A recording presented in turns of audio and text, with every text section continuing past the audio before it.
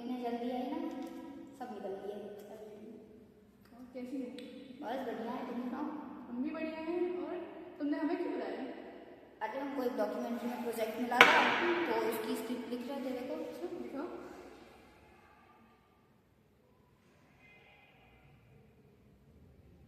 ये तो अच्छी है, लेकिन वैसे करते ना जैसे पिछली बार किया तुमने डॉक्यूमेंट्री के लिए। हाँ कर तो सकते हैं, बट टाइम की थोड़ी सी कमी हो गई है।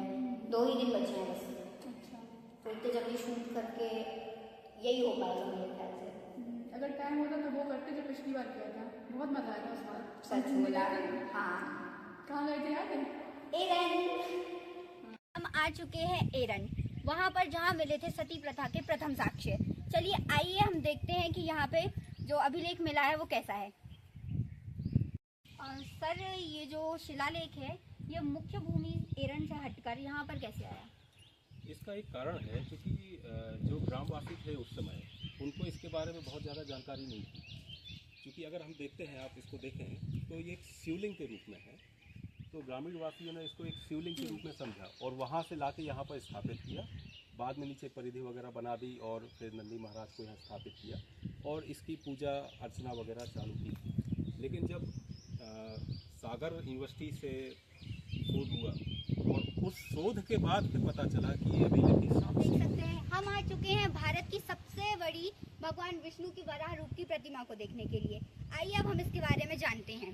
यह प्रतिमा भगवान विष्णु के वराह अवतार की प्रतिमा है। यह भगवान विष्णु का तीसरा अवतार है। अब आइए इस काल के आर्किटेक्ट इंजीनियरों की कुछ खासियतें। जैसे कि आप ये देख सकते हैं कि शेर 2 हैं पर इनका मुख एक है। यही सेम चीज़ आप वहाँ गरुड़ स्तंभ पे भी देख सकते हैं। 2 शेर हैं पर उनका मुख एक ही है। पहले के इंजीनियरों की ये खासियतें आप गरुड़ पुरातात्विक स्थल से विदा लेती हैं और हमारे हितेश प्रजापति जी का बहुत बहुत आभार मानते हैं कि उन्होंने हमारे दर्शकों को इतनी महत्वपूर्ण जानकारी दी। आपसे एक अंतिम सवाल है मेरा, क्या इस खूबसूरत पुरातात्विक स्थल को वर्ल्ड हेरिटेज साइट में लिया जा सकता है?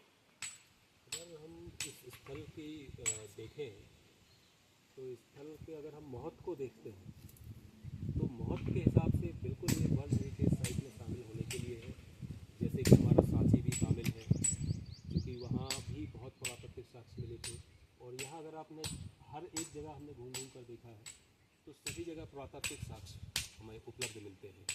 दूसरी बात यह है कि अगर जैसे इस एरन शहर की अगर मैं बात कर दूँ तो पुरातात्विक स्थल में लेने की इसलिए भी ज़रूरत है कि हर बारिश में, चूँकि यहाँ ग्रामीण से हमें पता चला है कि प्रत्येक बारिश में या कहीं भी खेत में खुदाई होती है, कुछ भी होता है, तो इनको अपने साक्ष्य के रूप में कहीं गुड़िया मिल जाती हैं, कहीं कुछ और सिक्के मिल जाते हैं, बहुत खूबसूरत खूबसूरत चीज़ें मिलती हैं।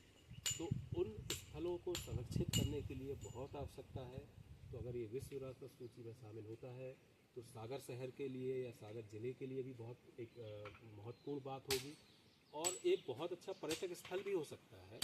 पुरातात्विक साक्ष्य तो है ही, पास में अगर हम जाएंगे अभी तो आपको मैं बीना नदी की खूबसूरती दिखाऊंगा। बीना नदी यहाँ से निकली हुई है, तो जो टूरिस्ट आते हैं तो उनके लिए 2 चीज़ें होती हैं। एक, इस प्राचीन धार्मिक नगरी को भी देख सकते हैं, इस स्थान को भी देख सकते हैं, या विष्णु भगवान के इतने अवतारों का एक ही स्थान पर संचय देख सकते हैं। दूसरा, प्राकृतिक रूप से यहाँ बीना नदी बह रही है तो हम उसको भी देख सकते हैं।